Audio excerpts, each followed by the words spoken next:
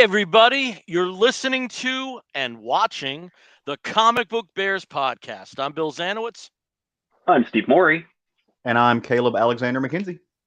and we are your hairy, heavy homos that talk about comic books, but you don't have to be a hairy, heavy homo to listen in, or in this case, streaming in, if you are joining us through our Facebook Live or other platform for the live stream. We haven't been with you for a while, and it's because we've been very, very busy this past October.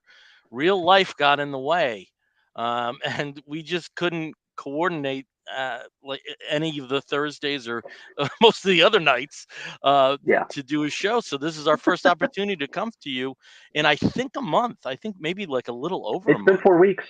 Yeah, it's 4 been weeks, it's been a yeah. little over 4 weeks. Yeah. I Yeah. was starting to Uh, have withdrawals and shakes and stuff over in the corner. Oh, yeah. that's sad. Yeah, okay. Delirium tremens, maybe. I don't know. One of those. You can see my cheese head. Uh, yeah. Oh, so it probably would be best because we have a lot to talk about. We've all been up to a lot of stuff. Just what we've been up to. I just want to start the show with I'm not wearing the sunglasses to look cool, though I do. Um, the main reason is on Sunday I got really, really sick. And on Monday, I got diagnosed with acute gastroenteritis. Yay, me. Poison in the Yay. system. Yay. So it's been a rough week. I Yeah. was able to work yesterday and today remotely, of course. I couldn't have done it Hmm. otherwise. But Monday and Tuesday were really rough.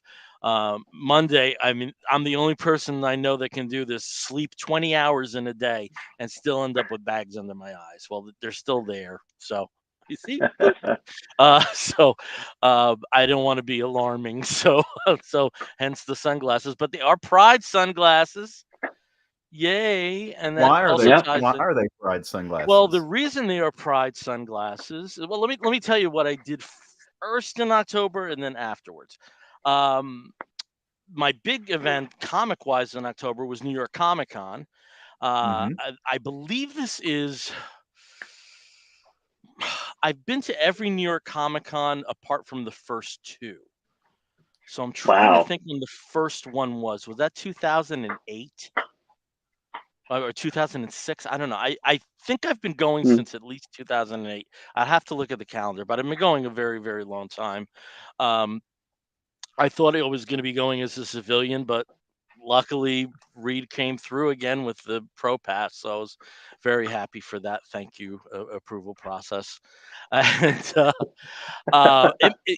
it's a little thing, but it makes a big difference in terms of Right. getting into the areas. They also have a press and pro lounge, so there are some advantages to it, to keep it up, not the least of which is cost.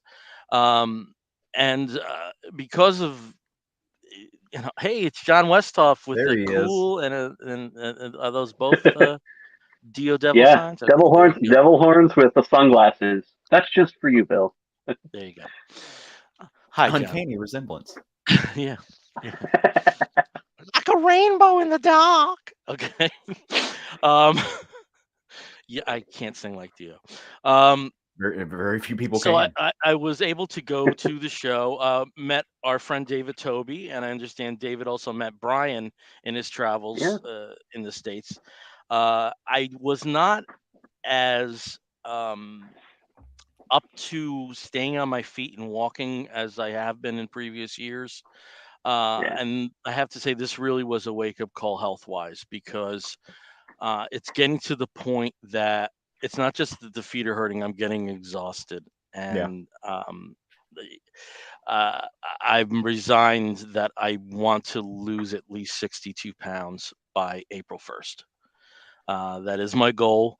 I've already lost 6, but not the way I wanted. So that goes into something else that comes up. That goes into the sickness.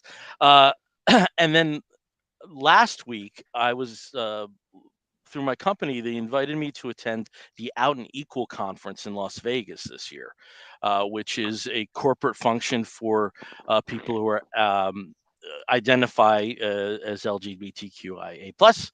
Uh, on the job, and it was a very, very worthwhile experience.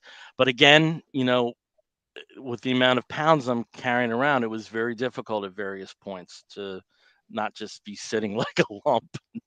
Uh, and Vegas is definitely a city you need to walk around a bit. So Yeah. I still had a good time. I especially had a good time on my final night because I was at the party table, which was a fantastic experience. And if you see my shirt here, this is the inclusion shirt that my company has. Um, it's a it's no secret I work for Deloitte, which is one of the big four accounting and consulting firms, Hmm. and we had the biggest presence out of all of the corporate interests. I think we had over 200 people That's there. awesome. Wow. It was a That is little fantastic. frustrating because I'm the only person that was from my division. So I really didn't know anybody there, but I made some new friends, which is, can't beat that. That's always a good time. No. So this is kind of a play on the Deloitte Green Dot, but it's Hmm. with inclusion, and I really like the shirt. I also like the shirt because it kind of feels like I'm wearing the gay Death Star. So uh, it's, if people ask me, I think that's the first thing I'm going to say about it. Um, so, but then again, when I got back, I got sick, and the voice may be a little ragged, and I may be on mute to cough and such. So just hope coming out of it, my anti, my what do you call them? Antibodies, No, the medicine you take. Antihistamines. No, not antibiotics. antibiotic. Antibiotics. Um, my This is regimen the ends worst game of tomorrow. charade. I know. um, Yeah, no syllables, no nothing. yeah, You guys just my regimen ends tomorrow, so wish me luck that awesome. I'm out of the worst of this. And just being sick like this, I got to say, I don't wish this on anybody except maybe Yeah. Trump. Yeah, yeah. It's been rough. So, Oh, and who's to say he doesn't do I'm that all the so time glad anyway? I am in shape enough to talk to you guys because Tuesday night it was looking a little hairy. Yeah. So Yeah, we're gonna try not to go super late tonight because of that, just to make sure no, you can get some more no, rest no, and all yeah. that. Which is We why do we. have David Hey, there's popping in. David Hello, Scopey. David, Hey. who got to meet both Bill and Brian. Like we were Yep. saying, Bill at New York Comic Con, and then Brian in Seattle. So Yep. So, Steve, what about you? I know you've so been kind of poo-pooing what you've been up to, but it was still travel. eh, yeah, yeah. So like my company just decided to do work travel again, and so I went up to visit Wilmington, Delaware. Not for Comic Con, not for not for anything exciting. No conference or anything. Just a workshop. I got to be up there for 3 days, but I did get to see our friend Jay Yospa. Hmm. He came by because he actually doesn't live too far from the in the No. area where I was Yeah. staying, so that was pretty awesome. So we got to meet up. He was our guest back in Baltimore Comic Con last year as well. So it was nice to see him again. Although it was outside of the Baltimore Comic Con experience, it was still cool. So it wasn't as nerdy, but hey, if I'm in the room, then it's nerdy. Um, but yeah, that was pretty much my whole travel. But I've had a couple other things, happen family wise. I mean, we did have my mother in law came and stayed for a week, which was wonderful. She got to spend a lot of time with us, and my my sweet little Marlin.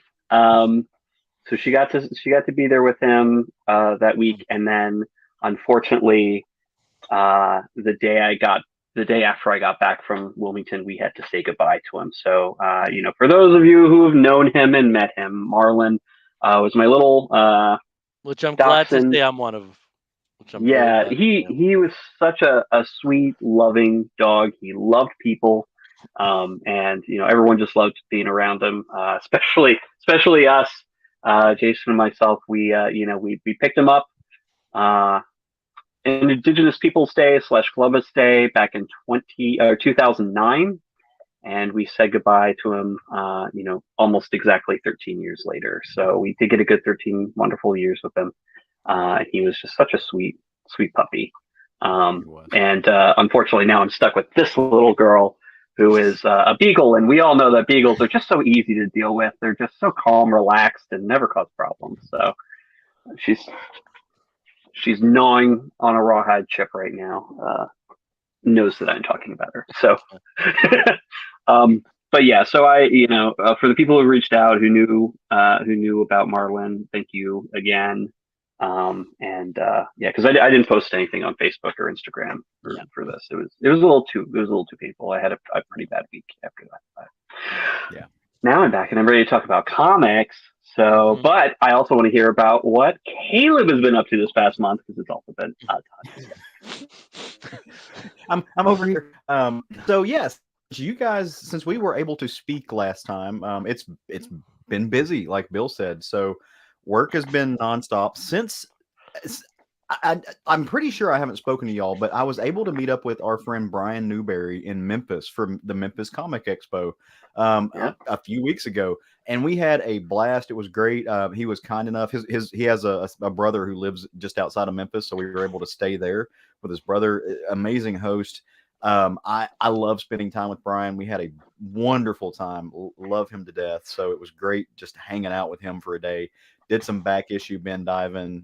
Got to talk to some people that we love. Like got to catch up with Colin Bunn a little bit. So it was fun. Since then, like I said, just dived all into work. The Hubs had to go to Philadelphia for a week for his job. And so I was single dog dadding it with a beagle. So that was an adventure in and of itself. But just as soon as he got back, we got to spend one day together, and then flew off to the great city of Portland, Oregon for about a week. For my job, they had the international. It's the IMLA conference. It's the International Municipal Lawyers Association. So it's 4 days of, during the day, lots of CLEs, lots of conversations that you can go attend, which, it can, that sounds tedious and a little dry, and it can be, except for the presenters actually did a really good job with it. A lot of interesting information. So I went to things that would, could very have easily just put you in a coma, but they made it fun. So I actually really loved the CLE and the attending these meetings during the day, these lectures. Really, really great time. But I also got to see Portland.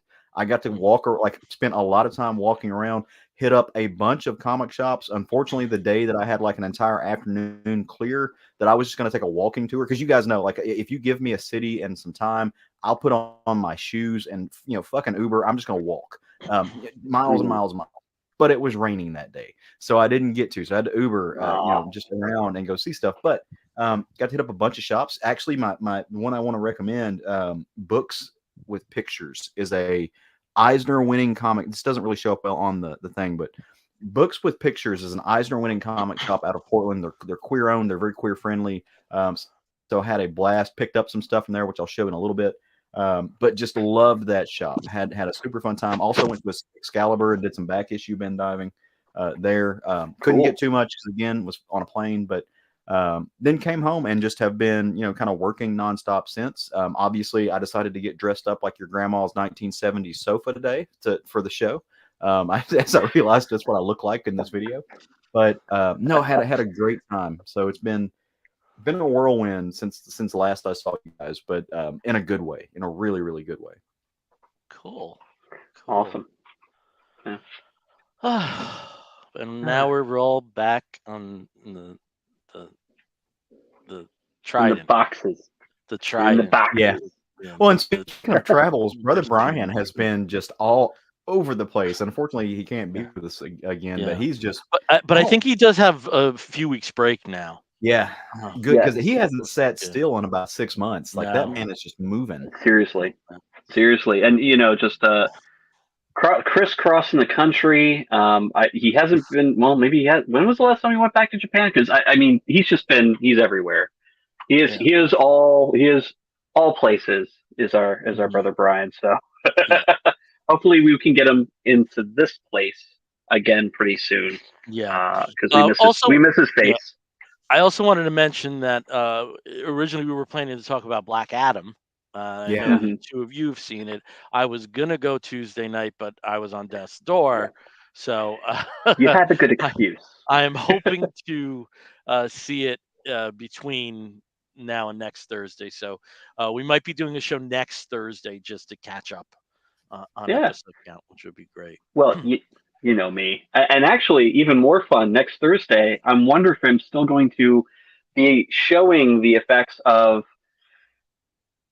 a new crown.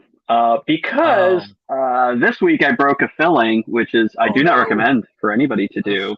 And went and saw the dentist today, and they were like, "Well, we could try to redo the filling, Okay, but that would probably just destroy too much of your tooth. So we might as okay, well just go with the crown." Thanks. okay. Or dental problems and dogs that passed away and gastroenteritis. Let's shed all Let's that. talk Let's about talk about fun good stuff. stuff. And one thing that's very fun is our Geek Gets. And we've been Yay! away for a month, so it should be piles for me. But um, Caleb, I know you went to New York Comic Con once. Yeah. For me, it's never been that big a shopping show just because the logistics of it are very tough. I Yeah. imagine if I was an art collector, it would be a bigger show just because of the heavy concentration of artists in Artist Alley. But it's never been a very big show. I got a bunch of back issues, but again, had to be very judicious about how much I could lug around. Um, I did get a few things over the break. I always monitor the sales and becomes a new item over at Hamilton Books and got some cool stuff there. I got the Silver Age collection of The Hawk and the Dove. I Nice. know we hmm talked about this during the episode with Zach Crucy about Ditko. I was gonna say that's the Yep. Ditko stuff, right? Yeah, so it's Yeah. Yeah. everything in one little package. So it's still up Awesome. there if you're interested. Also got a great Hmm. 2 DVD documentary about Patti Smith I heard called her. Patti Smith Hell Hath No Fury, The First Flush. And again, this was from that company Chrome Dreams that I highly Right. recommend. Yep. Yeah. Just got a few cheapo toys. My friend Greg found this at a Walgreens. So he got me America Chavez from the last Doctor Strange movie, the Marvel Legends, and this was also a rescue as I was buying clothes for the Vegas trip. He looked so sad. So from the most recent Space Jam movie, Batman is Bugs Bunny is Batman. Sorry. Had to pick him up. It looked so sad, being Aw. the only Space Jam toy in a section full of Transformers. So uh, I remedied that. While I was in Vegas, I finally got a chance to see the Beatles show that was done in collaboration with Cirque du Soleil, The Beatles Love. So there was this absolutely beautiful Oh. program. Yeah. I already had the soundtrack and the documentary that came out with this, but there is an entire Beatles shop there at the Mirage, which is actually where I was staying, which was great. Mm. Um, and if you don't care what things cost, it's a good shop for you. But it is nice to see like a gift shop concentrated on something I love. So uh, Yeah. those were pretty much my geek gets over the last few weeks. Again, it wasn't really a time for acquisitions. So Yeah. For that's lugging stuff me. around too. Yeah, Cool. Steve. Oh, Steve. Well, Steve. Forget it. here. Oh. Yeah. So again, I didn't because I didn't go to any cons. So usually at a con, like I will pick up because I love meeting artists, meeting writers, chatting with them, and buying their stuff because I love to support a lot of the creators that are there by picking up their trades or the one shots or whatever they're putting out. But I didn't go anywhere this month. Um, but I did get some Kickstarter stuff, which was pretty fantastic. I do love to, kickstart or support a lot of Kickstarters for comic creators, and one of the books that they were putting out, this is by Alex Smith and James Dillenbeck, are the Black Vans, which is sort of like a weird dystopia Philadelphia set.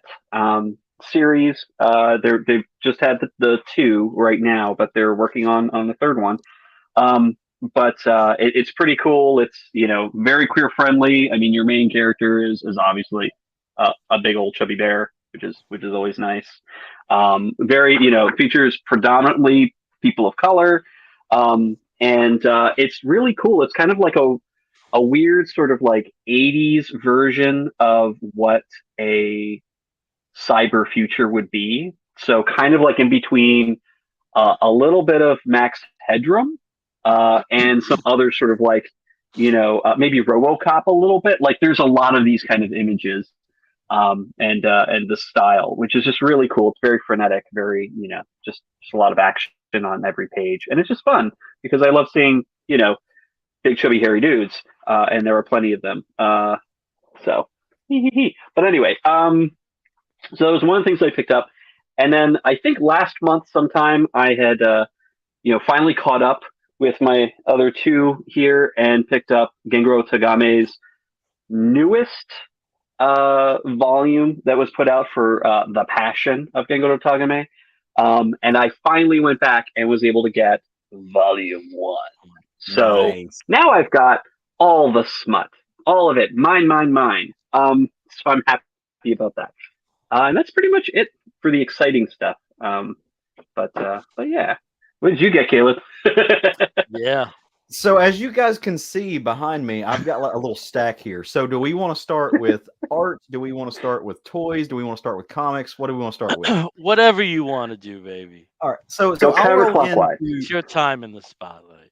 I'll roll into art real quick. So actually, because I only have a few pieces of art to show off, probably the most 3 pieces of art, probably 4 times the price of most of this stuff. But so at the Memphis Comic Expo, I picked up a few things. I've been working on a Gargoyles jam piece. If you don't know me, I love gargoyles, and if you don't know what the phrase jam piece means, so in collecting art, some folks will get these 11 by 18 bristles and they'll segment them off into 2 pieces for a certain thing, and they'll get different artists to do different characters. So I've posted all of these on my Instagram and stuff. So if you follow me, check them out there.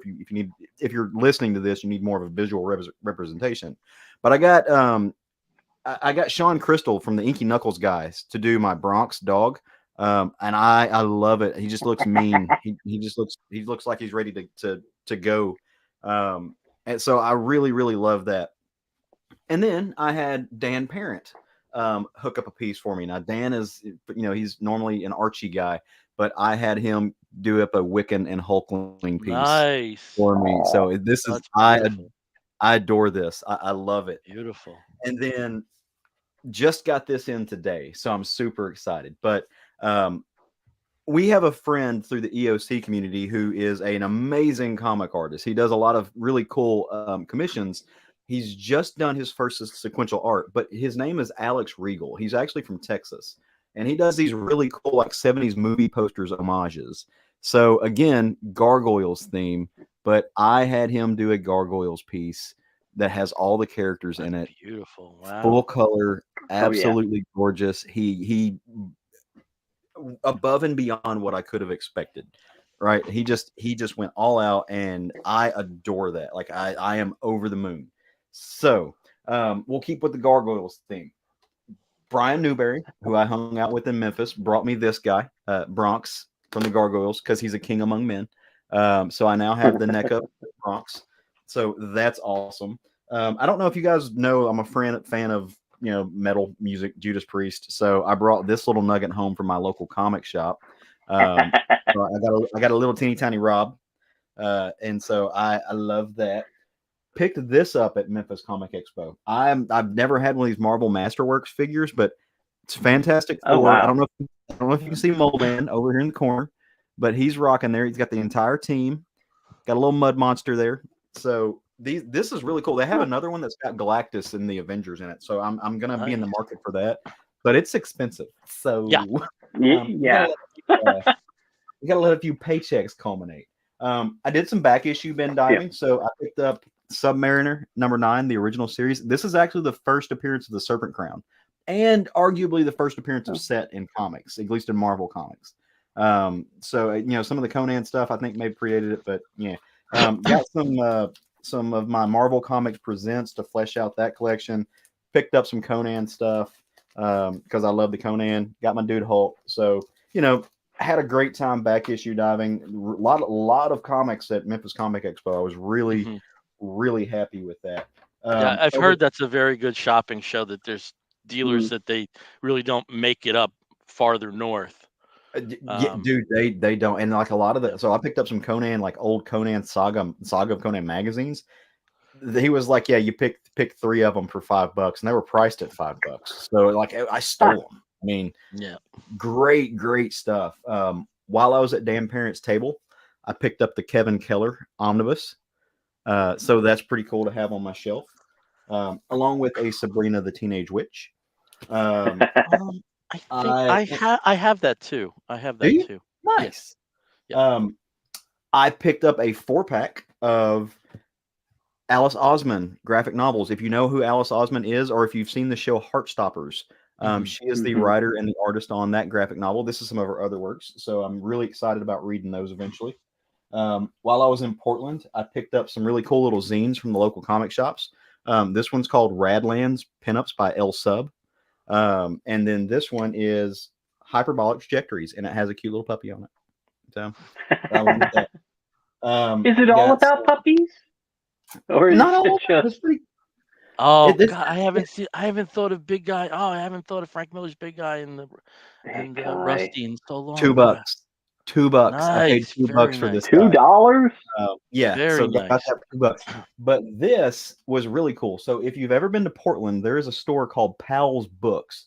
It is book mecca. I mean, it is just books galore, and they have a huge graphic novels and comic section. But I mean, floors and floors and floors of books. It's an amazing bookstore. I just happened to walk past a closed case and look down and saw this omnibus that is Sal Buscema and the Incredible Hulk. So I was like, I want to Hmm. look at that. What could that be? That's cool. That's a cool thing. Um, it's signed. It's signed by Sal Buscema. So I have Sal. I don't have any original Sal Buscema art, but I do have his signature that I will be keeping by my bedside Mhm. to just lovingly play with. And I got a couple of records because it wouldn't be me if I didn't pick up a few vinyls. So big fan of John Legend. I think he's got a wonderful voice, very soulful. And then I picked this up only because it's my favorite subject to argue about with Bill. But Alice in Chains Dirt Look, on it's a vinyl. great grunge album. It's a wonderful metal album from the It's a early 90s. great grunge album. One of the best metal It's albums grunge. since the early 90s. It's Very it's metal. wow. Just What does that say? Oh, what am I just hearing? Yeah, metal. grunge. Yeah, Just yep, grunge. yep. I'm a Just big fan of R&B too. Yeah, yeah. No, but that's a grunt. They're got up that. And there. which you picked up a copy of that not too long ago too, if I'm not mistaken. No, I didn't. I just Um, showed you. so oh, No, okay. I thought you picked up a I copy just of it. showed up for you. I would pick it up. Gotcha. I just because I You probably definitely got it in do not 4 have other any. versions. Well, I definitely don't have any Alice in Chains on vinyl. I definitely don't. Because I was in that age, you just didn't. Yeah. It was all Yeah. CDs at that point. And even if CDs or you like cassettes. came You still across a have cassettes. vinyl, I'd be like, I used to buy vinyl. Ha ha ha. And now you regret all that shit because there was those print runs were so tiny. Yeah. Hmm. Like a $14.99 album is now like $600 if you get one of those prints. John Legend was actually playing in Vegas while I was out there. I would love to He see had his him live. raid. Right. So I made a judgment call because there were certain events I had to go to at night, and I decided to see the Meatloaf Bat Out of Hell show on Sunday Yeah. instead of John Legend. La That good, bomba. huh? Oh It no. was Yeah. awful. It was so bad. The I'm 3 That's. sorry. women were pretty good. The 3 female leads were pretty good. Beyond that, and this is also like a Vegas version, so Mhm. it plays without an intermission, and they cut out songs and all that because they try to fit them in. Yeah. So it's 80 to 90 minutes. I didn't see it on Broadway. I certainly didn't see it on the West End. I can't believe that's the best story they could have come up with. I just can't believe it. That's unfortunate. It was so bad. See, So that's I why would love I to put see up I the should have gone to see documentary John for Legend. you. Yeah. Yeah, I put the no, documentary on the Plex for you. I started watching that, but then the second season of The Vow took over. So Oh yeah, Yes. Roger and I actually walked down the aisle to a John Legend song, so big fan of his. yeah. Got some other books in the background that I picked up. They're all newer stuff. Flamer from last year, Mike Curato. The new Great book. 90 book Great from book. Marjorie Liu and Santa Takata, and then the new Young Avengers omnibus. But I'll talk about those at a future date. But last but not least, and for you folks who are just watching this, the folks who are listening can't see, I picked up some really cool stickers. Little lasagna cat and a Oregon beaver with an umbrella, because why not? So Yeah. that's all my gifts from the last few weeks, I think. Okay. I think that's sufficient. Awesome. Now, we really don't have much to talk about in terms of news. New York Comic Con wasn't really a font of news. I think apart from what I was present for was the Next Generation cast being reunited on Mm-hmm. stage in advance of Picard, and seeing the first footage of Picard and Discovery. But that was one of those things where New York Comic Con was really leaning away from comics. This is the first year that Marvel's been back in a long time, but it wasn't really the same. It was much more film and video game content. Yeah. Um, I did see though and this was a Geek Get because I got to have the physical. The premiere of Battle of the Super Sons, the new animated movie, and Caleb especially. Yeah. It's like the comic come to life. You're gonna I love yeah, it. it's I gotta watch very much that. on my list. It is wonderful. I don't want to say the best DC animated movie because I have a big, big amount of affection for their treatment of the New Frontier. Mhm. But Mm, this is that pretty yeah. damn good. Yeah, this is pretty damn good.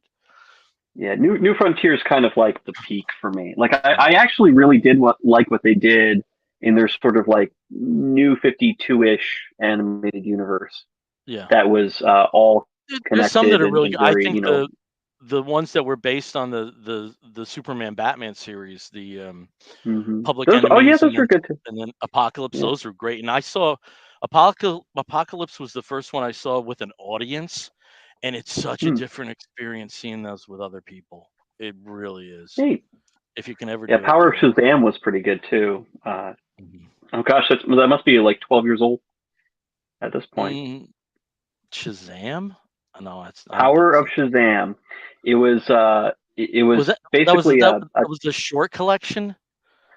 it was two. There were two short films for it. One of them was for the Spectre, and the other one was Shazam and Black Adam. Like basically introducing Billy Batson and I think Superman. but that was like a short collection though. There were well, it was only two though. I don't think they had a lot. No, I think there's more. I can pull out the disc a little later. Yeah, because I Let's do not worry remember about watching that. it maybe. Yeah, Yeah, we can but worry about that. that was really good too. That was actually a really fun version It was a of great Billy ending. Batson. It was an Oh absolutely yeah. great ending, as I Oh yeah. remember. Yeah. And So, Superman, Batman, Apocalypse has one of the best scores. hmm Whoever did the score for that was just right on the money. I mean, they were scoring it as if it was like a Hollywood blockbuster, not an animated film. So, but speaking of DC films, Steve, what's the big bit of news? well, apparently, there's now two, basically the equivalent of the Kevin Feige, if you will, head of development or head of creative development for Marvel. Now you have two gentlemen who are the head of creative development for the Warner Brothers DC film universe. One of them, you might recall, I can't remember his like the name right now escapes me because I unfortunately am using my phone as my camera today. If you haven't noticed, um, who has been an executive producer on some of the Conjuring universe films, and he brings that connected universe ideal sort of with him as well, but in a very sort of alternative way. And then also the director that we know and has been around as just a fun, goofy, gory, irreverent filmmaker for the past 15 or so years. The first film I ever saw of his was Slither. If you haven't, check it out because it is goofy, gory, goopy, and has basically everybody who is in almost all of his films after that, who make appearances. But yeah, James Gunn has now joined officially Warner Brothers as one of the two new heads of creative development for DC and the DC universe of films. I don't know how this would affect any future projects with Disney Marvel, but my guess is Oh, they he's won't be done doing after those. He's done. He's done after the His GOG contract series. is Yeah, his contract is either being bought out or it's just over. yeah, that's over. Yeah. So it'll be the third Guardians of the Galaxy film next year, and that'll probably be the last you'll see from him, or at least for a long time, because I'm sure he'll be exclusive to DC for the foreseeable future. Yeah. Peter Safran. The gentleman's Safran named is Peter his name. Safran. Yeah. Yeah. Peter Safran, yes. Yeah. So between the two of them, and I was kind of almost jokingly to Bill, like, oh great, now we're gonna see like Annabelle pop up in all the DC movies from now on. If you have seen Shazam: Fury of the Gods trailer that's been running almost nonstop at the movies for the past month or so, yes, Annabelle does make an appearance in the background of one of the scenes with the child psychologist or the teacher or whatever. And I was like, oh no, it's already started. It happened before it was announced, and now it's started. And The Conjuring is a Warner's owned universe, right? That's I believe so, yeah. Warner's own, right? Okay. I have seen none of them. me neither. Yeah. I know about them because don't- I was reading about when the recent Conjuring comic book series happened, and I know that Annabelle is part of it, and Lalandra or whatever the hell that thing is, and the Nun. La Llorona, part of the it. Nun. Yeah. So I can't But recall that whole 100%. phenomenon of PG-13 horror films I find fascinating. That if they're like, their core audience is, teenage girls on Friday night, I just find that fascinating that how they can cut these films that they like just roll up to an R but not over it. Yeah, I always find that kind of fascinating. Some of it pushes it a little I'm sure bit, but some they of those don't say are ours, fuck. but, So there we go. Yeah. Well, you can say one fuck in a PG-13. Yeah, you get one. You get one. Yeah. But it can't be in relation to you a can sex lobby act. for for it if it's not used in a particular context. Yeah. Isn't that interesting? So, exciting. Motion Picture Association of America, people. But no, I'm really excited for it. And there was one little bit of news again, kind of going along with the Warner Discovery. The shakeups that have been happening over there for the upcoming slate of films and projects for TV and streaming. The new long time planned Green Lantern series has now sort of put a little bit of a halt in the direction it was going, and has now been retooled to focus just on Jon Stewart. Well, not just no. That's not what I read. As the primary figure, as opposed to focusing on. It's still a core, but it's less focused on the team and more on Jon as the figurehead. Correct. Yeah. And they originally were going to really. Guy Gardner, they're still in the mix. They're still there. Yeah. Yeah, but they're probably not going to be as prominent. So they might have like I don't know how they're going to organize it. Is it going to be essentially an anthology series? Is it going to be? It's still Green Lantern core. So yeah. But is it going to be like a continuous story, kind of like Titans or Doom Patrol for each season, or is it going to be like a series of? I mean, we're not going to know because they haven't really gotten too far into the production yet. There's been one frame shot of it. Unlike Blue Beetle, which I understand is like that's James Gunn's first task is overseeing the post production and retooling it a little bit. And apparently, also Gunn wants to release Batgirl in some form. That'd be cool. That's what he said. That he wants to explore that once he gets in, and Can they though? Like we had that conversation last time. I mean, there's some tax purposes. After a period, you can release anything. The taxes are if it's beyond the tax threshold. I mean, it might be like 3-4 years, but you can do it. Right. Yeah. Which is frustrating for those of us who actually do want to see it. I want to see everything. Eventually. I don't understand that. Like, well, maybe I'll see it. I want to see everything. Yeah, I'll check it out. It exists. I want to see it. The only thing news Like the wise I Turkish have Superman. is some pre-order some pre-order cutoff dates for previews. So the guy who did that Gargoyles piece, Alex Regal, his book Ninja Funk is going to be coming out pretty soon. So make Yeah. sure you're getting that. And then IDW is putting out a Gargoyles comic. So I want everybody to pre-order 17 copies. Exactly 17 copies. I will take Is it nothing less. IDW or Dynamite? Dynamite. It is Yeah. Dynamite. You're right. For some reason I was Yeah. thinking IDW, but it's Dynamite. So Um, regardless, 17 copies. Speaking of that Ninja Funk, I think also hit a really a pretty exciting Over threshold for pre-orders, 105,000 pre-orders. Yeah, which is that's wild. huge. That is huge. And I think it's from a new, I would say, physical publisher, because they have been an online platform for a while. Mhm. We got this. What is it? I have Alpha Betas just right over, out of focus somewhere. Alpha Beta is number one, which was the first, I think, physical floppy issue that they've released. But Whatnot, that's what it is. Whatnot. Yes. Yeah. So Ninja Funk is going to be one of their big titles, and I think there's a couple other titles that they're releasing as well as monthly Whatnot had a floppies. very strange presence at New York Comic Con. Really? It's very strange. You like waiting online to get like empty cans of soda. It was weird. A bad idea naturally had the most annoying, but Yeah, well, yeah. bad idea don't is just get it. it's just annoying. Like every comic shop person I've talked to hates it.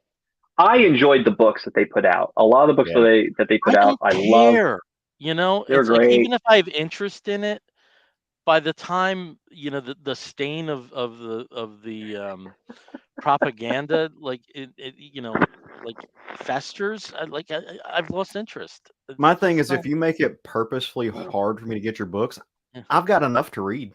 Yeah. I'm leaving books. I'm leaving books on the shelf at places that are easy to get to. It's accessible. You're making it harder Yeah. for me to get. I'm good. Yeah. I can leave you there. Next. Right. So, right. do we want to talk about comics? Why not? Comics. I mean, it's in the name of the show. It's a good name. I guess I'm really trying to be a good co-host. I really am. It's really tough, man. We will, and see. We'll keep it short today. We'll keep it short today. We'll talk about one book each. How about that? How about that? We do one book. I have one event to talk about, if that's okay. But you know me, I book, speed through event, shit anyway, series. so. It's okay. Yeah. Okay, good. So we'll do that. All right, yeah. Steve. Let's start as we always do with you. What is something you're reading that you're digging?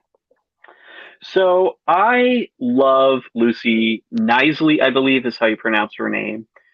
She is a great cartoonist. She's done several books, mostly autobiographical, about her life, about some pretty dramatic moments in her life. One was basically about her, and then we talked about it on the show, where she talked about her struggles to conceive, and the difficulty it was actually having her child, over time, and the downsides and all of that happening. She's also had more lighthearted fare like Relish, where she actually included a lot of recipes and talked about food and food habits and everything in just really great detail. Her Instagram and her, all of her online posts are hilarious. She loves to put herself as a raccoon, who likes to eat garbage food and tells you the best way to make that garbage food.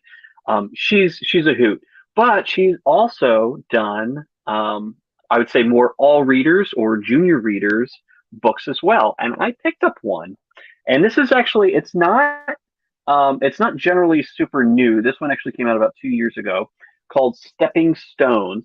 And she does tend to keep things autobiographical. And so this is kind of, in a way, her retelling of her childhood after her parents divorced and her mother,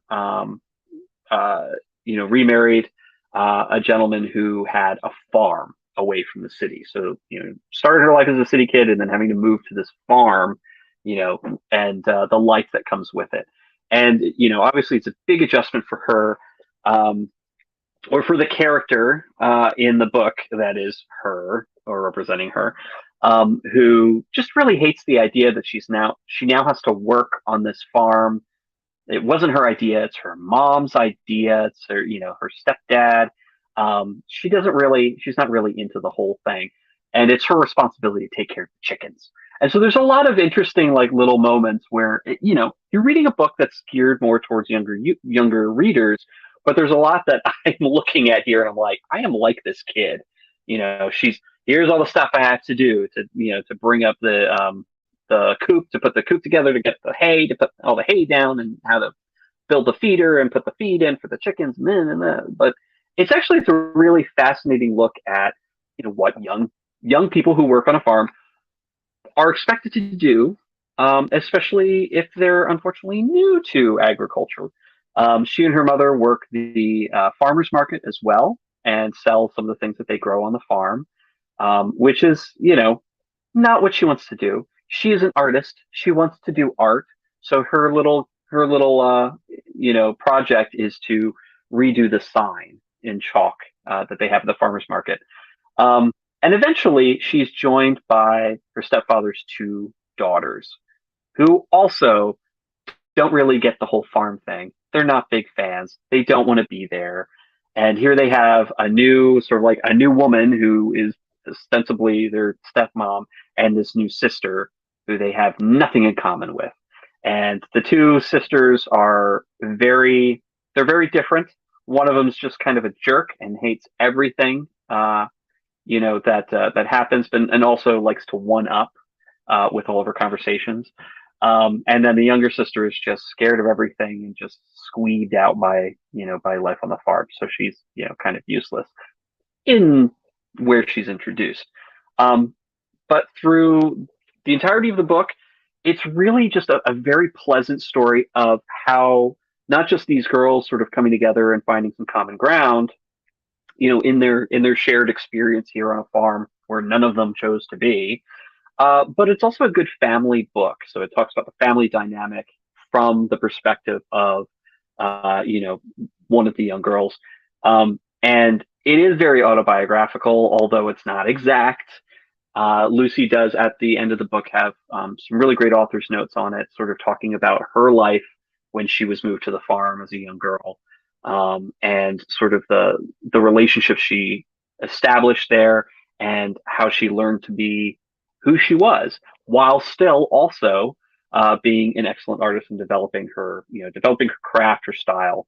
And it's really just comes out in this book. It's such a pleasant read. It's a quick read for adults, I think. I loved it. I absolutely loved it. It gave me a warm, fuzzy feeling just to read. And when I was finished with it, I was like, yay. So all ages books, and we talked about this on here, all ages books can be for all ages. It's just, they're more accessible to young readers, they're more accessible to kids, but they're also good to share with kids. If you find a book that's good, that you enjoy, that younger people in your life may also enjoy, this is a good opportunity to introduce them to comics, to have something that you can both read and both really have a lot to talk about, which is pretty cool to have. I mean, sometimes it's hard for younger kids nowadays to get into superhero comics that are normally on the shelf. Getting them into sort of like younger, more accessible storylines and maybe less threatening looking characters who aren't carrying like tons of guns and shooting people left and right, or having massive psychological existential crises every other page or so. Something like Steve, this is I just honestly don't fun. know what you're talking about. Because we've been spotlighting a lot of the DC books that were Absolutely, formerly Ink and Zoom, and certainly there are Marvel counterparts to that. So 100%, hundred yeah, percent. I'm not exactly sure what you're saying. Oh no, I'm just saying that there's a lot of other stuff out there that's not put out by DC, that's not comic book Okay. character related. That's actually You good made it. You for made it. younger kids. Whether you wanted to or not, you made it sound like that was the only option Oh for some. yeah, sorry. Yeah, sorry to misspeak if anybody misunderstood that. There is plenty that's being put out by DC right now, especially Marvel has been, making some headway into this as well, into more, sort of all ages books that aren't either too kiddie or just kind of on that cusp. Yeah.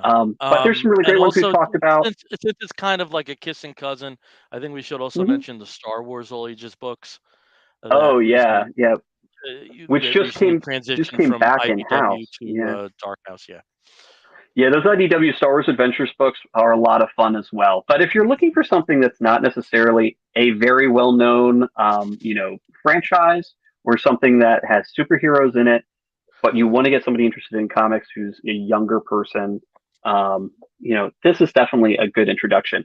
I would say compare this to something that DC put out that wasn't necessarily directly, um, you know, directly connected to a superhero kind of thing, other than just vaguely. Last year, or the year before, when we talked about our much beloved slash hated Lois Lane and the friendship, whatever, that was an attempt of having something that didn't have anything really to do with superheroes other than Lois Lane as a character, but was supposed to be an all ages story that people could really enjoy. I didn't think it worked well. This does. Okay. So, yeah, this is definitely good. There's no superhero stuff in there. It's very sort of like very straightforward family dynamic with farm chores. Yeah. But it was a lot of fun. So I recommend it. Lucy Knisley's Stepping Stones. It's put out by Random House Kids. Yeah. I also have to say, I don't know where this comes from. I don't think it's from the Monkees song. But stepping stones it's always been one of my favorite phrases. Like since I was, Interesting. yeah, Huh. I've always loved that phrase. Yeah. I was listening to that song earlier today, as a matter of fact. Duffy also has an amazing song called Stepping Stone. Different That's song, funny. but great song. Stepping Stone. Yeah, I think she's. And who's I the think she's gonna do publisher a on that? follow up to this. Steve, who's It's the Random publisher on that? House Kids. Okay. RH Kids. Random House Kids. So, it's available at other bookstores as well. Probably going to find it in sort of the kids section in most cases, but Okay. yeah, pick it up if you see it. All right. Over to Caleb. Caleb, what's something you're reading that you're digging? So I'm going to jump in the Wayback Bin, if you guys are cool with that, and take us back to 1985, which really isn't that far way back. But so I am doing. It's 2 years before I came along, but still, it's good year. I was born in the 37 '87. years ago. Yeah, in 1987. But so I've got into a habit How of old do when you think I was in 1985? 1985, you were 20, 21, 18. 18. I knew it's okay. Yeah, I knew you. I knew you were right around there, but you had just blossomed into your adulthood. I was just going into college. Yep. In 85. Blossoming. So blossoming. I've gotten into the habit of when I do cardio in the mornings. I've been riding the stationary bike 3 days a week. So when I do that, the way it's set up, I can take an omnibus or a comic. I can read while I pedal away. So I've been trying to knock out some of these omniboo that I have been collecting forever and haven't cracked open yet. So I've been reading New Mutants and working my way through it. I can read 4 issues in a session. And so I just got through reading a very well-known series in that, and it's New Mutants 25 through 28. It's the first appearance of Legion. And I just kind of fell in love with this whole story. I'd never actually read his first appearance before. I'd never read that section of Marvel. So at the time, it's in between Secret Wars and Secret Wars 2. In fact, right after this is when Secret Wars 2 would happen. So you've got the great team of Chris Claremont and Bill Sienkiewicz doing some really amazing work. This is some of my favorite Bill Sienkiewicz work because he's kind of in that weird metamorphosis where he's absolutely playing with this, with the style that he's famous for. That he gets kind of avant-garde with it, but there's still that Neil Adams in there. Like you can still see the traces of it, even though he is getting out into more of like interpretive art. So it's really great. But the lots of stuff is going on X-Men, including have been depowered, and Xavier is dedicating a whole lot of time into this young team of superheroes, the New Mutants, which it's that famous lineup. You've got Cannonball, you've got Sunspot, you've got Rain, you've got all of these really cool groups of people. Already in the series, you've been established who is relation, if you can call it, with Moira McTaggart, who is at the same time dating Banshee over in Scotland. But Moira calls him up because she's got problems, and she's like, "Hey, been help. I've been helping folks out, and I've got an issue because we have got this young man who is the son of a really good friend of mine, and he's going through it. Like he's done some things, he's broken, and so I want to break out into a Moira oh, imitation. Oh, begosh and begorra.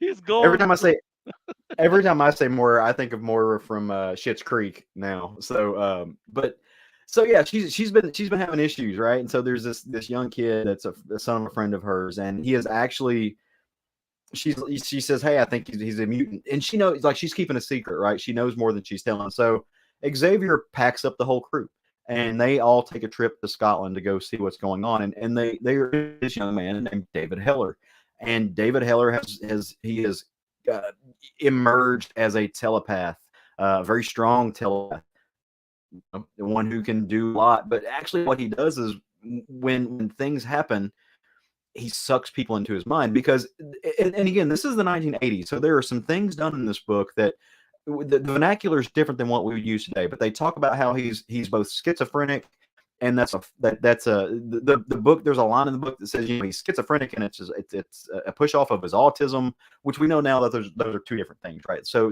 you have to read this in the context of the time that it's written. But it talks about him having these mental health issues and these this being other, this different. He is cognitively different than other people, but he's in a coma at this point in time, and so it's because of this it's like psychic lash out where he took out two people essentially, and they don't know what happened to him. So they go to him, and there's an old friend who happens to be waiting on him. And it's the boy's mother, and Xavier remembers her because they had a une petite tryst back in the day. And things start lining up, I think, for Xavier. But spoiler warnings from 1985. David Heller turns out to be Professor Xavier's son, which is why he's such a powerful psychic. But David experienced some trauma early on in his childhood that helped. It basically broke his mind, right? And so there's wonderful visual of all of these lines his mind that are shattered that they're trying to put back together. But as the team, they quickly figure out the only way to get in there and figure out what's going on is to actually go into David's mind. And this is a person who, again, schizophrenic.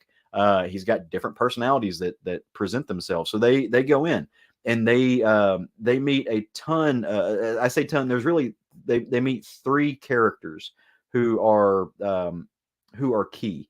One of them is a pyrotechnic. The other one is kind of he's Jack Wayne. He's kind of the man's man, walks around with a big Bowie knife. And the other one is a character that they, again, context of the time it's written, they just call the Arab. And he's walking through. And he's set up the Arab has set up a mental barrier in David's mind to kind of keep him, at least it appears, to keep him trapped, keep him sucked in, and keep him to his way with him, overpower mental facility. But there's more than that. It turns out that he's really just another aspect of David's mind that has mimicked someone who caused some problems before. The Arab was who they aren't makes it was part, like, they were the attacked the Israelis at the Olympics. So I don't know if they ever keyed on that, but essentially there was a team of Middle Easterners, an assault team that came in to assassinate a bunch of Israelis at an event. And that's where this happened at. So in my mind, just in the light of history, I'm thinking the Olympics, right? So, but 72 Munich. Yeah, so that would make sense.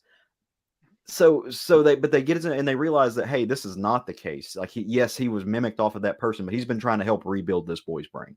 And so eventually Xavier is able to go in with the help of some of his teammates to go in and pull him back out and save him from a really really heartfelt story. Bill Sienkiewicz's art in amazing. Of course, it is. It's just beautiful. The way that he breaks things, the fracturing, the way he does his panels, fantastic storytelling. Claremont story, it's a Claremont story. Like it's good. He is nothing if not a verbose bastard. I don't think he's ever met a word that he couldn't find four other words to fulfill for. So it's wordy as hell. But that's fine, right? Like that's just part of it.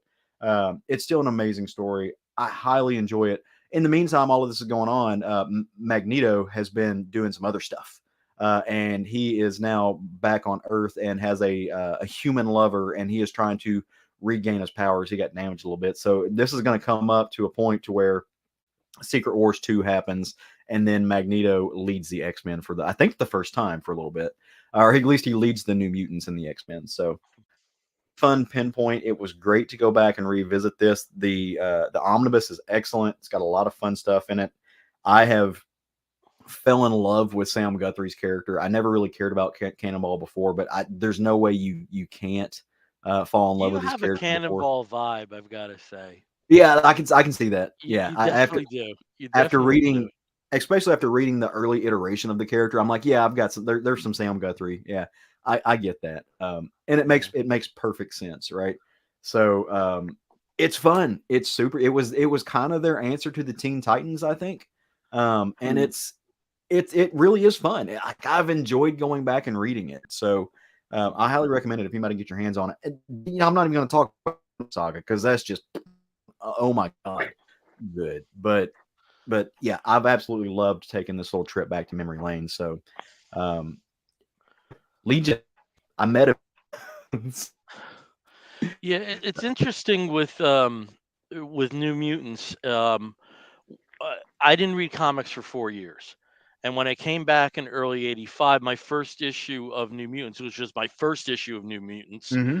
was the first Secret Wars Mm-hmm. two tie-in, which was I think literally the next issue Yeah, beyond the just Hmm. after this. Legions. And from what I remembered of Sienkiewicz, he was a Neil Adams clone. Mm-hmm.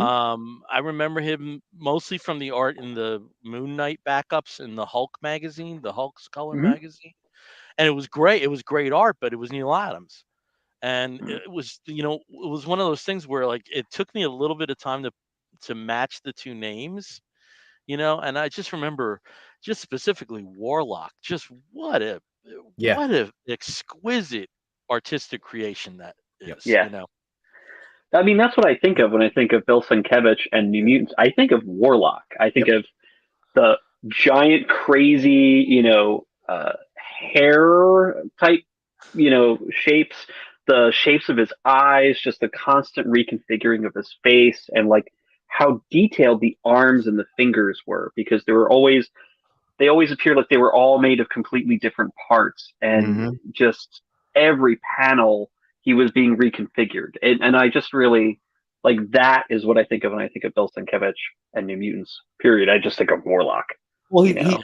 throws the visuals for a loop, right? He reminds you that Hmm. this can be like comic art can be anything at any time.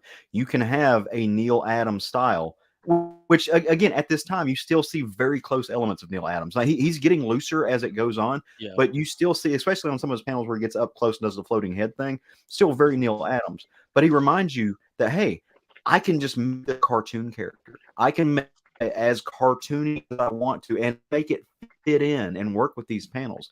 You like Dave Sim would go on to do something very similar in his stuff with the work that they did. And it's just styles, and you didn't see that a lot in mainstream comics. Again, yeah. I'm saying that as somebody who is looking at this through the light of history. Now, I wasn't there when it was coming out, so I don't know if there were other things doing that.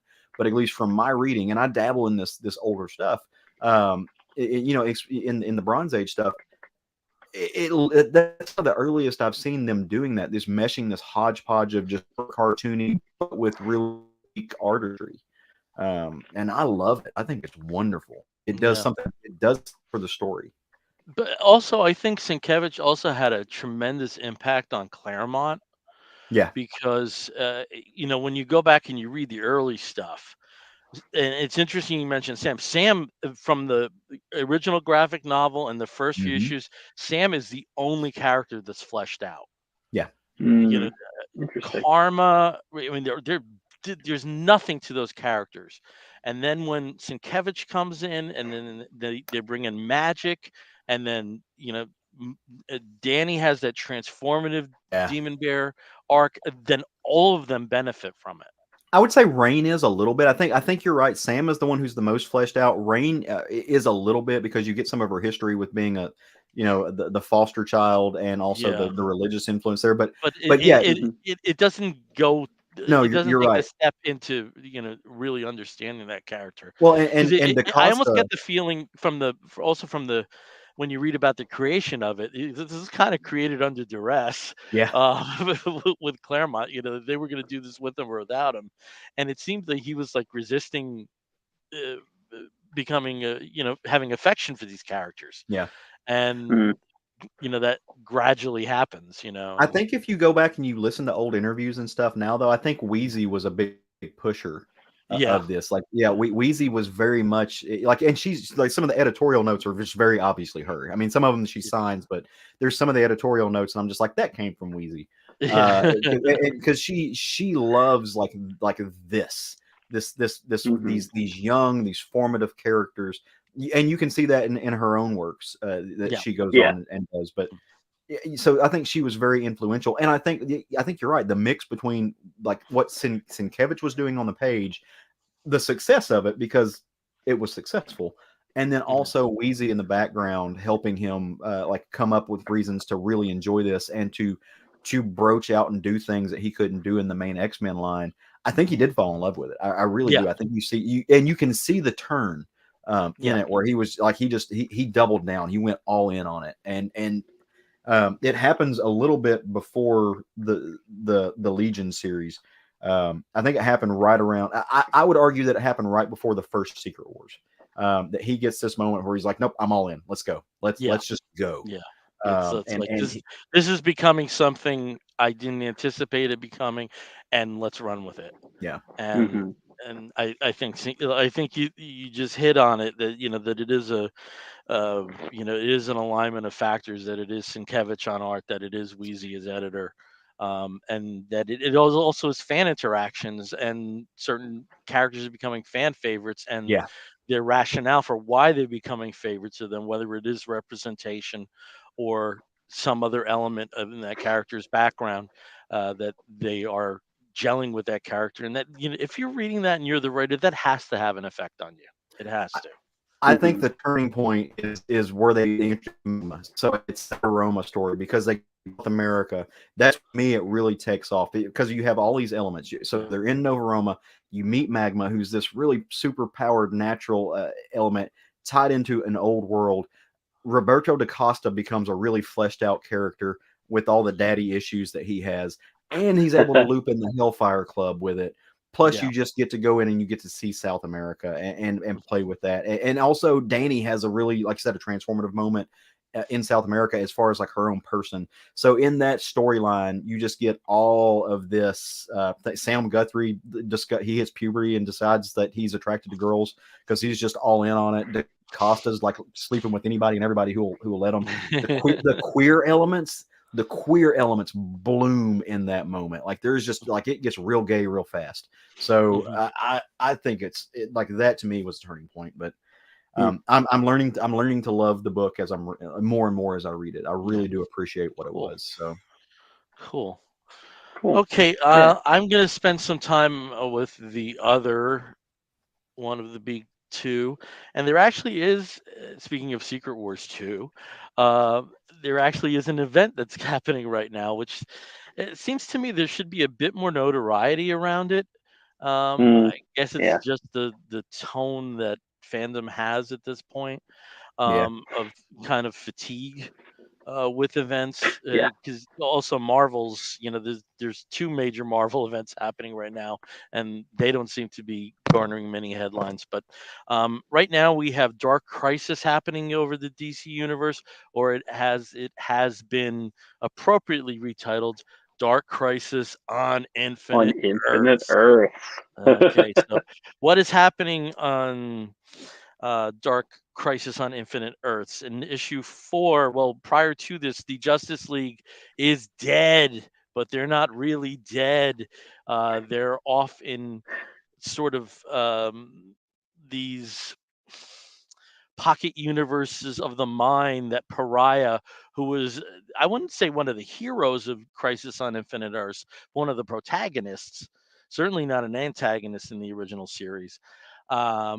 He's because the original crisis happened because of him in his head. He decides he's going to restore the infinite Earths, the multiverse as he knew it is going to be reformed. But to do this, he has to kill the Justice League, but not really kill them. And there is a force out there, even worse than the Anti-Monitor, known as the Great Darkness, that was originally a throwaway reference in an issue of Alan Moore's Swamp Thing, just so that there was a Great Darkness to complement the Great Darkness saga that happens later. Um, it's kind of convoluted. Let's just say that a little bit. It seems to be uh, an excuse to get some really fun battle scenes, and the battle scenes are fun because you have competing villain groups in a sense. Uh, Black Adam is the only survivor of the Justice League, and while he is frustrated by the hero's turn, he goes to the Legion of Doom to help restore the order because Deathstroke has been infected with what they believe is the Great Darkness and brings together all these B-list characters that are kicking the A-list villains' characters' ass. You get a lot of cool moments like that.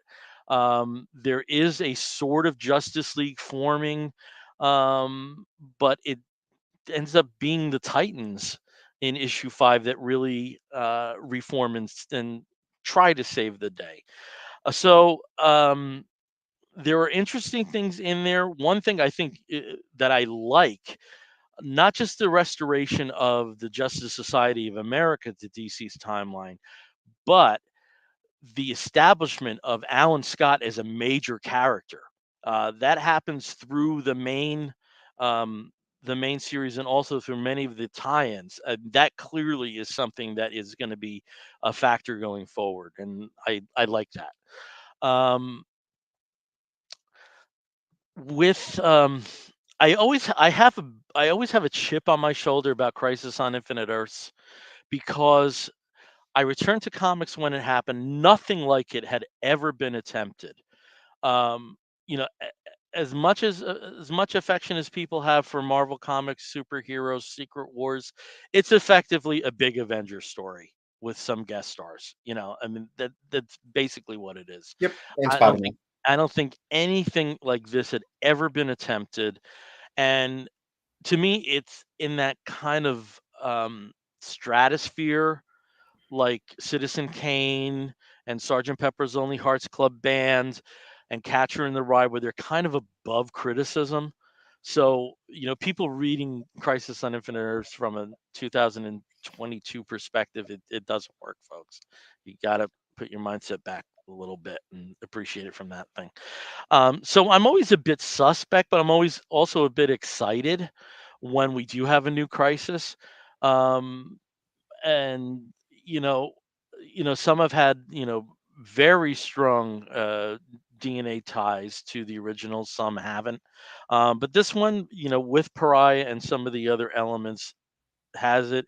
um I'm enjoying it enough. Is that fair? Yeah, Is that a good way of yeah, putting it? you're I'm you're enjoying it. entertained. I'm entertained.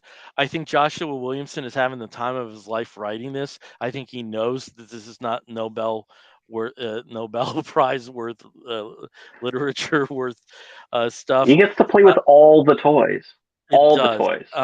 and there is something that's really you know kid fun when you read that the title of the next issue is "Death of the DC Universe." So we do know that this is leading to a reset. We do Hmm. know that this is coupled with what was it called? DC History or something, Steve, that they announced? History of the DC universe? History. There's No. something. There's something. It Shoot. involves Yes. DC's history. Yeah. So that's coming, and Yeah. Yeah. I also love that this is a series that's ending in 2022, and then whatever comes Hmm. back is next year. I Yes. know that Philip Kennedy Johnson and Tom Taylor have talked a little bit about the Superman plans after this year. Um, Hmm. so we are going to have a very different status quo. In terms of the tie-ins, though, they're all over the map. The Flash issues are wonderful. Jeremy Adams Mm. is a really good writer. He really understands the Flash universe, and more specifically, the ties that the Flash universe has to other areas of the DC universe. In the most recent issue, 786, uh, the the Flash family, and it really is a Flash family at this point. If you want to get caught up, um, are basically one of the main teams, like assisting all the other teams in whatever tasks they have to do in battling Deathstroke's forces. Um, really, really fun tie-in. These are earth-shattering circumstances, but you still get wonderful moments like uh, Jay West and Animal Girl, buddy bikers. They really don't like each other, and the dialogue there is sweet. It sounds like That's two cool. preteens that really don't like each other. Wonderful appearance by the Justice Society in here. Great disses on Robin, on Damien. I just have I just have to I love this scene so much, and I hate to spoil it, but it's just too good not to spoil. Um, so of course Damien's dissing uh, Flash's daughter, Wally West's daughter, and her line here is, "My mom says that mean people are mean because they are trying to make up for not feeling as good as everyone else." So he walks away all pissed, and then Cassie and Stephanie approach her and say, "I'm Cassie, I'm Stephanie, and we'd like to be your new best friends." Um, so, yeah, and that tells you vibes about you know what it's like dealing in another family with Damien as part of it. Uh, I'm really impressed with Jeremy Adams as a writer, and I'm really happy he's on the Flash, and I look forward to what he's doing next. Dark Crisis, Young Justice. I think um, Young Justice, from a continuity standpoint, is it's always like a head scratcher now with Mm.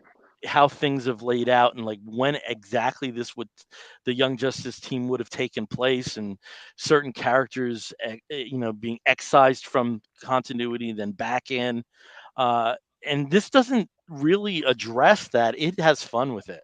I just wish it was a more fun read because it's too slow moving. And then the other tie-ins, I'm worthless. I hate to say it. This Wonder Woman, it was it, Etta, it's a Wonder Woman in her head, and Etta Candy is president, and oh, it's really not good, and it's frustrating because this was written by who the hell wrote this? By who the hell wrote this? Teenie Howard, whose work I've always Oh. enjoyed. But it Yeah. Yeah. feels I feel like all of these one shots that specifically deal with the Justice League members, they really feel rushed. It really Mm. feels like they just had like a few weeks to put this together, and they're just benefiting from the Dark Crisis trade dress for sales. Um, One thing I didn't really like that much, but I think Caleb, you would, because you have a fondness for this series, is Dark Crisis: The Deadly Green. That's focused on Swamp Thing and co-written by by Ram V. Do you have this? I don't. So I'm not. I'm not reading any of the dark stuff. So Okay. yeah. But I don't think you necessarily need to read that for Okay. this one. Uh, Basically, there's a seance being put together because, again, we are talking about it's not just the cosmic forces where there's chaos. The magical forces are All the where there's parliaments some and everything. disruption. And this brings together a rather strange team of Superman, Raven, and the Levi version of Swamp Thing Yep. in a dream world that exists in Alan Scott's head. So uh, Yeah. they do retrieve something, like something I won't spoil is they do retrieve something that's incredibly important to the original Crisis, which may be, it might just be a MacGuffin, but it also be a major plot point for Dark Crisis. I wish I enjoyed it more. I have a feeling you will enjoy it more. I'll check it out. I You mean, like enjoyed it. you could have led with Superman, Zatanna, and Levi in Alan Scott's head.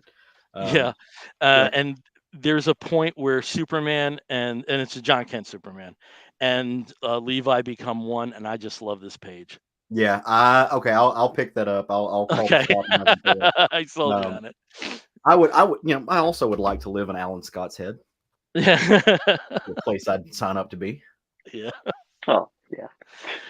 And yeah, so I am a little surprised that there's not as much of as big a promotional push, and this seems to be at both companies. I think they realize that people have a particular kind of event fatigue. Yeah. I love events when they're done well. I don't think there's Yeah. anything better. I don't think there's anything better than a cross company event and everything's running smoothly and there's great stories that come out of it. Love it. So it's interesting though, for a cross company event. Like I know they're having all the one shots and stuff, but I'm reading a lot of DC. There's very little things that are being affected in most of the books that I'm reading by this. Yeah. Like they're not tapping into the main books, and in some ways it's a good thing because they're not disrupting the story that's being told. But if this is a line-wide reset and this is a major thing happening, you should see some influence. But I'm reading Superman. I'm reading action. I'm reading Detective. I'm reading Wonder Woman. None of DC. Yeah, and in the main books, it's not affected at all. No, and I think it's going to be pretty clear. There's like pre-Dark Crisis, post-Dark Crisis. Yeah, there have been a few stories that have had a note in it. Yeah, which but you are right. It's not being disruptive to the main storylines. And how much does Dark Crisis, if at all, how much does it loop into like the dark metal stuff, or does it at all? Well, doesn't it all just sort of like it's all from that kind of whole era. They do have some specific references to the Batman that laughs in Perpetua. They do have some very specific references early in Dark Crisis, in that was a catalyst for this. Okay, but it doesn't. You wouldn't have had to know specifically what happened then. See, that's what the name association is what I avoid. So I read metal. I tried to read Dark Knight's metal. It's not my cup of tea. I didn't enjoy it at all. So I stayed away from this because I thought it was a direct link to it because of the dark vernacular in the title. I was like, I don't care. And I also think that was intentional too. I really do. Yeah. Well, because they didn't add that subtitle on Infinite Earth. The fourth issue, until about the fourth issue. Yeah, so like and it before wasn't that, solicited that way either. Yeah, it felt like it was supposed to be, and I haven't read all that much with it, to be honest. But I'm really behind my DC. But where they've said, like time wise, because if you're talking about the death of the Justice League, which would be pretty major news or major impact on all the other books. I think they're mostly the little bubbles are. This takes place. This takes place right before blah blah blah, or right after blah blah blah. 75, yeah. So it just kind of like puts all the storylines of the main titles all over the place, kind of like in their own bubble, or at least their own continuity, that you don't have to worry about what's happening in Dark Crisis to understand what's going on in these individual books, because they're not really tying in at all. But I'm really curious, because there's going to be a line-wide reset in January, what this means for all those other books that have active storylines. Are all the storylines for the different Batman books, Detective and Action, is everything going to stop in December? Are all those storylines going to be tied up and done? And then January we start with brand new storylines that somehow tie into the new reality of things. We'll have to see. I will say though that there isn't a slew of cancellations. Yeah. No, which is good. So that's the big one. like Batman Urban Legends announced the cancellation. I Am Batman. Some of the Yeah. Bat books, have, They can but you can carve off like 30 Bat books, and you'll still have 30 Bat books You left. still have Give us 30 other ones left over. yeah, Well, there was that really big cancellation that sort of like, woke straightness when Robin was canceled. I mean, like, people just don't want to have heterosexuals shoved down their throats every day, with all of those books. I I do want to tie into that Rich Johnston article. I don't an usually amazing identify, like, article. That was yeah, I don't usually enjoy his stuff other than sort of like, oh, interesting rumor or interesting sort of like snarky comment. This was such a great article making fun of all the bounding into comics, and we got this covered articles that were yeah. all about hating um, Superman Son of Kal-El because, oh, well, it's not the number one book or it's selling so poorly and because it has all this bisexual gay stuff, blah, blah, blah. That was a great selling book compared to a lot of yeah, other books that's, during that same period. It made 18 issues, which again is much longer than a lot of other books these days that restart every 12 issues. And it was ended specifically because they were bringing Superman back in the new continuity, the yeah. post-Dark Crisis situation. But John Kent's getting his own. He's getting his own miniseries after that. He's going to have a very prominent role all over the Superman family books. Is it a mini Um, series? I thought it was an ongoing. I thought Adventures no, of I think Jonathan it's just Kent was ongoing. I think it was only six issues. I thought that was ongoing, but we'll, Oh, well, if it's ongoing, we'll see. great. We don't even know what age he's Yeah, going to be at the end of this, so he'll be but 12 again, we'll maybe. see. As We'll long as see. don't change the character. I finally bought into him being a teenager. Don't Yeah. change Oh him yeah. now. I just want to The see Plus, him in most I good love Teen interesting relationship. John and rumor, Teen Damien are a lot of fun together too. the most interesting rumor I've heard about the future is that both he and Tim Drake shed their current bows and they two get together. So there That's what really that. is.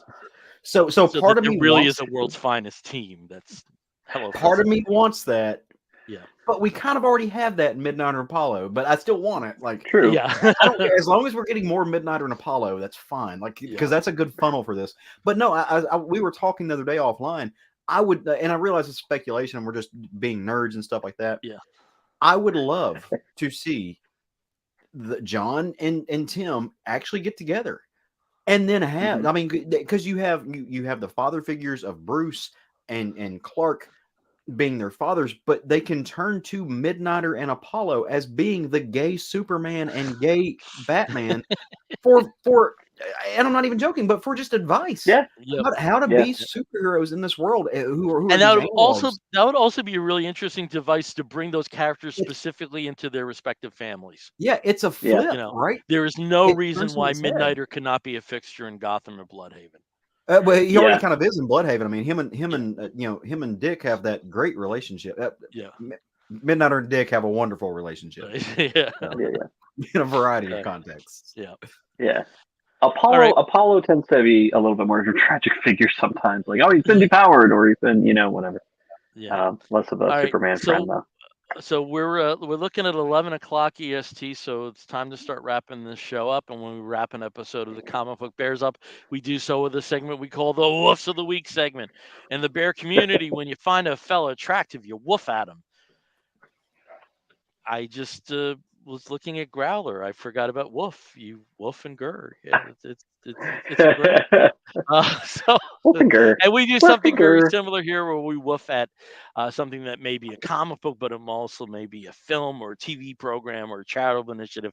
Anything under the sun that we think you, fair listener or viewer, may be interested in sampling. I'll start as I always do with Steve. Steve, what is your woof of the week? Oh, because we've been sort of like out of this for 4 weeks. There's been so much on TV that has just been thrown at my face every single week. There's new shows, new series, new everything. I could talk about how amazing Andor was and how disappointing I felt House of the Dragon was, which I know is not super popular in opinion, but and how I like Lord of the Rings more than House of the Dragon. But you know what? I'm gonna go like really simple. Something you can watch on broadcast TV every Tuesday night on the CW, there is a series called Winchesters that just started. It just had its third episode this week, and it is the prequel series to Supernatural, the long-running, I guess, like teen girl jam for all of like the early to mid 2000s. I loved Supernatural as well. I got into it a couple seasons into it. Devoured the original seasons on DVD and just went nuts with it for about 10 seasons. It went for another five, 3 or 4. It 15, 15 never it, seasons. 15 seasons. So 10 seasons, I watched it religiously, and then started around like 11. I kind of fell off of it and missed like the last several seasons. But talk about lore. I mean, lore, continuity, everything this series has, a lot of it. And the one cool thing they would dabble back and forth would be to kind of flash back to the parents, John and Mary Winchester. And so the Winchesters as a series goes back to the 60s, late 60s. John's just coming back from Vietnam. Mary's been looking for her dad, and they get together with a really, great Scooby gang to go and find her father, find what happened to his father, and delve into the Men of Letters mythos, which was a really big thing that came up, I think, around season 8 or season 9 in Yeah. the original series. But there's some great characters they've introduced. They've got a non-binary character who is very sexually fluid. And from like the moment that they come on, it's fantastic cast. I think it's a really great young cast of actors that really mesh very well after the first episode. And they're just really, it's fun to watch. It's cool to kind of see this part of the supernatural mythos and jump into it again. So don't be scared if you never watched any Supernatural or weren't a real fan. You can jump right into this and not really miss a beat. You'll actually, if you go back and watch Supernatural after this, you're going to be kind of ahead of the game. I think a little bit. But yeah, I it's have good. a very quick CW question that's not a Winchester's question, but is sort of tied to Winchester's. Has the Sure. professional started yet? Yes, And that's after Winchester's. correct. Yeah, I So think that it's at means 9 o'clock, which is 8. on certain nights, you're going to have Tom Welling at 8 o'clock and Tom Welling at 9 o'clock. Tom Welling is. Oh no, I don't think he's in the Winchesters. Yes, he is. Is he? He's been cast as the grandfather. Oh, he hasn't shown up yet. So I'm wondering if he's going to be one of the He starts in like the the fifth father episode. of. Ah, interesting. Okay, so you're going to get some Tom Welling at 8 o'clock and 9 Super o'clock. Tom. Now, to be fair, the professionals actually aired originally overseas In Europe, last year. So yeah, so it's about a year or two it's old a already. new but a not new show yet. Yeah. New to us, but not new to anybody else. Yeah. But yeah, no, it's great. Tuesday nights, CW, Winchesters. Okay, over to Caleb. Caleb, what is your wolf of the week? My wolf of the week actually goes out to a novel that I picked up in Portland that I could not put down. I had to put it down, but I just didn't want to. It's called Just by Looking at Him by Ryan O'Connell. So I was not familiar with Ryan O'Connell. Apparently, I was the only one because both Steve and my husband and several other people I've talked to are like, "Oh yeah, he's the guy who did the show Special on Netflix, and he has a series of this, and he's also helping writing the new Queer Folk series." But this is his first kind of novel. I think it's his first. But if you don't know anything about him, some of it is very self-referential, but it's also not. He is also doing some really creative fiction stuff. So the book is about this character named Elliot. He is he's a Hollywood writer. You're going to see some overlap now that I've actually started watching Special. There is some overlap here. He is a writer for a Hollywood studio that he's on a show that makes the blurb says it makes King of Queens look like highbrow television. So it's just real dumb. It's not very fulfilling. It's just right, but he makes a decent living at it, so he's making a lot of money. He's been in a relationship with his partner for 6 years when the book starts. Things are, they're kind of in a rut. It's not great, but they're still doing whatever. All of his life is complicated and complex, not only for the fact that he is a queer man, but he has got, he was born with, actually, shit, I just went blank. Help me out, Steve. Yeah, yes. So he has this degenerative muscle disorder that he was born with. and it affects everything from the way that people look at him walking on the street to the way he feels every day when he wakes up to the way he can do things such as walking or standing to the way that he has sex. Everything is affected by his this muscular dystrophy that he has.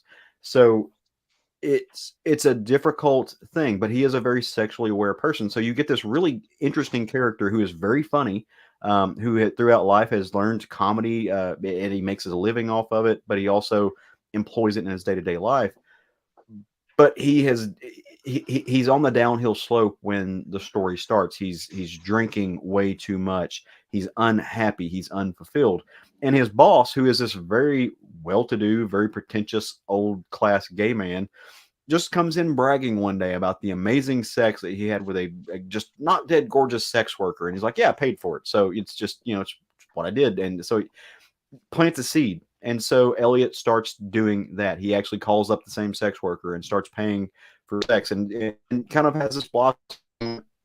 And through that, there's a whole series of events that unfold from that. It's a really good book.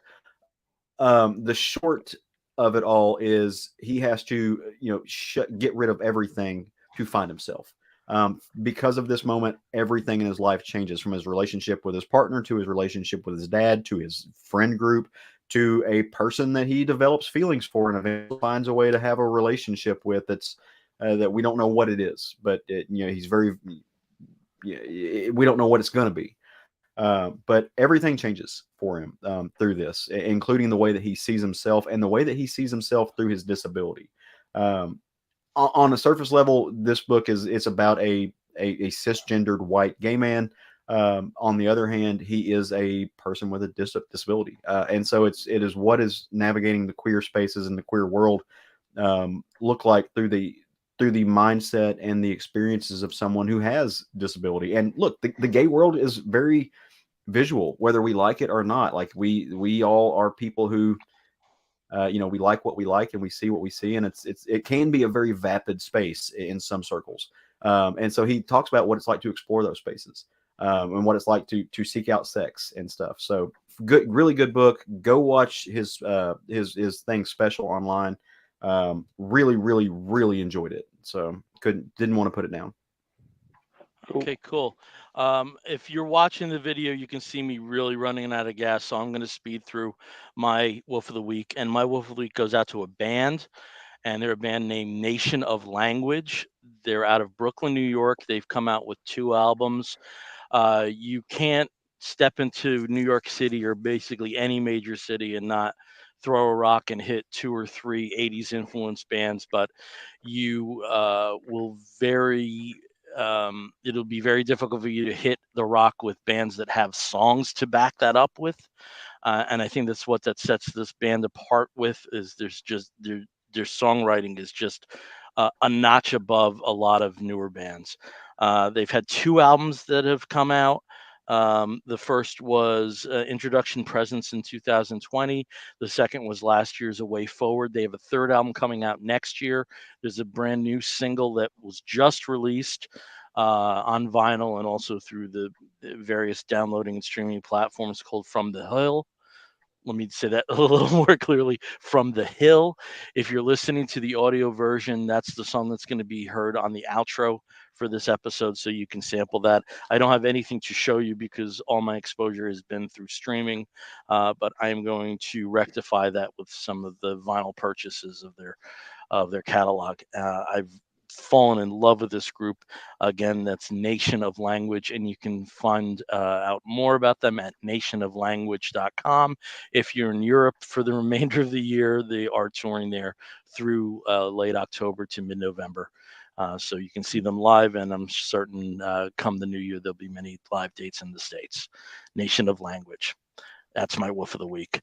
Okay, again, we are the Comic Book Bears podcast. You can find us on the Twitter and the Tumblr and the Instagram as Comic Book Bears. You can find us on the Facebook as Comic Book Bears Podcast. If you want to reach out to us, you can do so by sending an email to comicbookbears@gmail.com. If you want to listen to us, please download us through through Apple Podcasts. You can listen to us through Stitcher Radio and many of the other podcasting platforms. Until next time, I'm Bill Zanowitz. I'm Steve Morey. And I'm Caleb Alexander McKenzie. You're going to hear a woof and an explosion. We'll be back real soon. Take care, everyone. Bye. Bye.